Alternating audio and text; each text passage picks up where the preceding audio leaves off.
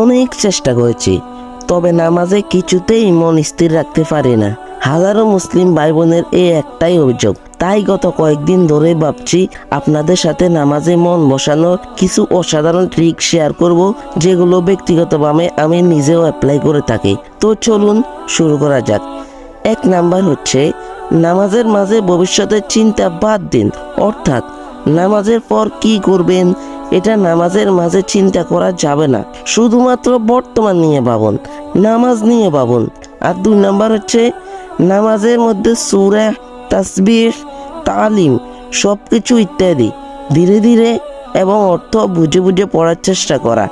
3 number হচ্ছে, মনে মনে এই চিন্তা করতে থাকা, এটাই হয়তো আমার জীবনের শেষ নামাজ। ইনশাল্লাহ এই ট্রিকগুলো আপনার নামাজে মনোযোগ বৃদ্ধির জন্য অনেক অনেক সহায়ক হবে। সবশেষে ভিডিওটি ভালো লাগলে একটি লাইক দিবেন এবং একটি শেয়ার করে দিবেন। আর আপনার যদি মনে হয় এই ট্রিকগুলো আপনার কোনো প্রিয় মানুষের শোনা উচিত, তাহলে কমেন্টে অবশ্যই তাকে মেনশন করে দিয়ে যাবেন।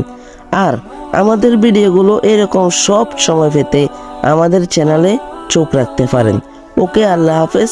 আবারও দেখা হবে কোনো এক ভিডিওতে। আসসালামু আলাইকুম।